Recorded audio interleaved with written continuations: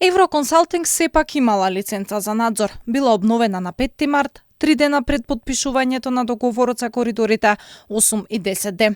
Иако во Централниот регистар се уште стои дека лиценцата е истечена, компанијата преку правен застапник ни ја достави на увид обновената дозвола која има важност до 2030 година. Имено, оштетениот во моментот на подпишување на договорот не бил со истечена лиценца за надзор на изградба на градби од прва категорија, туку истата е продолжена со лиценца А за надзор на изградба на градби од прва категорија од Министерството за транспорт. Од правниот тим на компанијата од Алфа бараат извинување и за нарушување на угледот на Бранислав Димитриевиќ, зашто сме кажале дека се бара со меѓународна потерница за криминал во Ерменија, а тој, според неговите адвокати, имал чисто уверение за казнена и кривична евиденција. Оштетениот за основач го има лицето Бранислав Димитриевиќ, како што е наведено во текстот во ова барање, а објавен од ваша страна на вашиот портал, и истото лице има чисто уверение за казнена и кривична евиденција, па во таа насока треба да ја почитувате пресумцијата на невиност и за истото лице, се додека не биде осудено со правосилна одлука,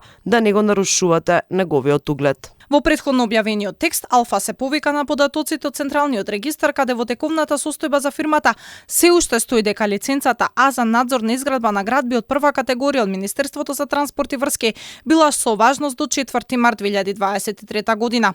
Евроконсалтинг е една од трите фирми кои го добија 22 милионскиот тендер за надзор на автопатите, а кој се поврзува со сомнежи за криминал и корупција. Институциите, како пинг-понг топче, си ја префрлаат одговорноста за чешлање на целата процедура, а владата постојано повторува дека се било согласно закон.